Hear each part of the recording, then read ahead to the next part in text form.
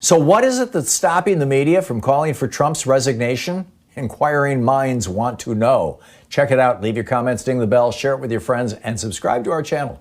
Hartmann here with you. So the newspaper, this specifically, I'm trying to see which newspaper. This is the Philadelphia Inquirer. Okay. First of all, this is USA Today.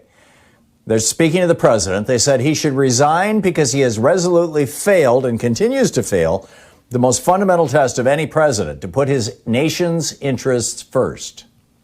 So that's USA Today calling for the president to resign. This is the Philadelphia Inquirer.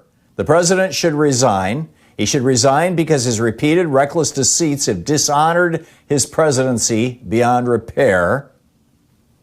Other newspapers who have said the same thing, essentially, not necessarily the literal same words, but have explicitly called for the president to resign. Other newspapers include the Denver Post, the Washington Times, the Orlando Sentinel, the San Antonio Express News, the Anchorage Daily News, the Manchester Union Leader. These are just some of the dailies, right? All over the country, newspapers have called on the president to resign. I'm speaking, of course, of President Clinton. Seriously. All those newspapers called on President Clinton to resign in editorials that they ran in their newspapers, in some cases, front page editorials. How many newspapers have called on Donald Trump to resign? Zero. Zero.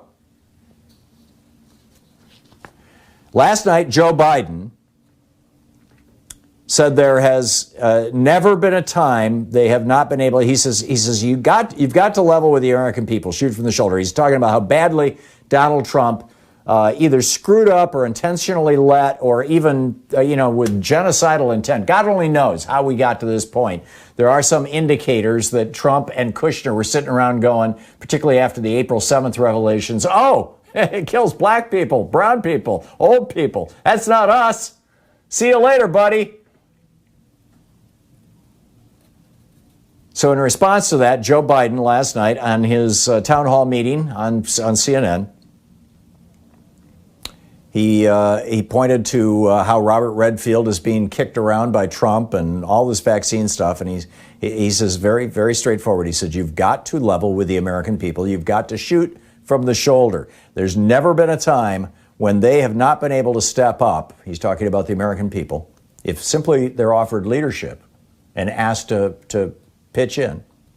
There's never been a time they have not been able to step up. This president should step down. Donald Trump has been impeached. All those newspapers that I just read to you, that list of newspapers, those were all published after Bill Clinton was impeached. Donald Trump was impeached. And yet, where are the newspapers calling for his resignation? If you are planning on writing a letter to the editor of your local paper, and generally speaking, it's quite easy, and if you don't subscribe to a local newspaper, you probably should. We need to support our local newspapers. I renewed, in fact, I think we now have 2 subscriptions to the Oregonian. I bought a digital subscription, but we already had a print subscription, which I think gave me access to the digital part. But what the heck, even though it's owned by a conservative New York corporation, it's my local paper. So, and when you do that, I don't know if being a subscriber helps out or not. It's certainly, in some cases, you've got paywalls and things like that. But if you're going to write a letter to the editor of your local paper, and they're looking for them all the time, they're looking for content, this might be a good topic. To the editorial board. If you even thought about asking Bill Clinton to resign, and you can, step into the Google machine and go back and see if, and it was 98, 99, whatever the year was, of that impeachment, you should be able to see if your local paper did call for him to resign. Say, what's taking you so long? Another story here that I want to share with you, and then I'll pick up your phone calls. Of course, we know now that when the CDC came out a week or so ago and said, if you have been around somebody with COVID, but you don't feel sick, you don't need to get tested. And all over the country, scientists are going, what the hell? What fool said that? Well, it turns out, apparently, the fool who said that was Dr. Atlas in the White House, perhaps with the help of Mike Pence and Jared Kushner. Because it certainly wasn't the scientists at the Centers for Disease Control. They were not even informed. It was put on the website. When they objected, they were told, tough luck. Just the same message that Trump gives to people on Social Security when he says, if I get reelected, Social Security is dead in 3 years. And people go, what about us? And he goes, to hell with you.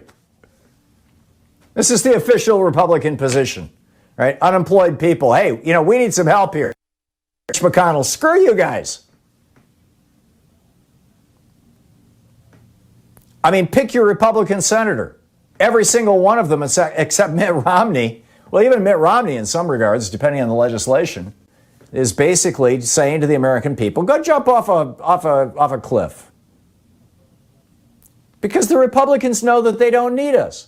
All they need is another large check from the Koch network, or another large check from the Bradley Foundation, the Scaife Foundation, or another large check from Shelley Adelson, or a little extra help on Facebook coming out of Saudi Arabia or Russia or Israel. I mean, that's all they need. They know that. They don't care about you and me. They're sitting around laughing at us. Yeah, we're going to own the libs. Right. Those people on Social Security, they're such a voting bloc. We're going to make it tough on them. And those black people, we'll just pull their voter registrations. Have you double-checked your voter registration? It's real easy. The DNC put up a website called iwillvote.org, I believe it is. Might be .com. Check it out. You should be able to find it. It should be both, right? Typically, when you get a domain, you get both, and you cross both. You point them at each other. But it's called I Will Vote. And with a single button, you can check your voter registration. And I am hearing, and I've seen several people on Twitter have tweeted to me about this, that literally just in the last couple of weeks, their voter status has gone from active to inactive. In other words, Republican secretaries of state, or in some cases, apparently the Republican Party, they're doing caging. Now that the Supreme Court has said they can do this, they're mailing out postcards. If you don't send that postcard back, if you think it's spam mail, if they don't get it back, then they go to the Secretary of State and say, hey, this postcard never got returned. These people aren't here. Take them off the voting rolls. So double check your voter status. And the last story I want to share with you, and then we're going to hit this break and I'll pick up your phone calls for the whole rest of the hour. There's a bunch of stuff going on out here that I think is really, really important to talk about. Number one, yesterday I was talking about how Republican sites are actually talking about encouraging Republicans to go into polling places without masks and cough a lot. Well, this comes out of St. Louis. St. Charles County Election Authority sent an email to poll workers yesterday, quote, saying you don't have to wear a mask. Quote, you may act surprised that you don't have a face mask on properly and then apologize as you put the mask on. Wear your mask correctly until the voter leaves the polling place. Please do this every time a voter says something to you. In other words, if you walk into a polling place in Missouri and the people aren't wearing masks and you ask them to wear a mask, then they will do that for a short while. Isn't that sweet? And finally, Dana Rohrabacher, apparently a Republican member of Congress at the time, apparently reached out to Julian Assange and said, if you can help cover up the Trump campaign's collusion with Russia on Hillary's emails, then we will help you out, Mr. Assange.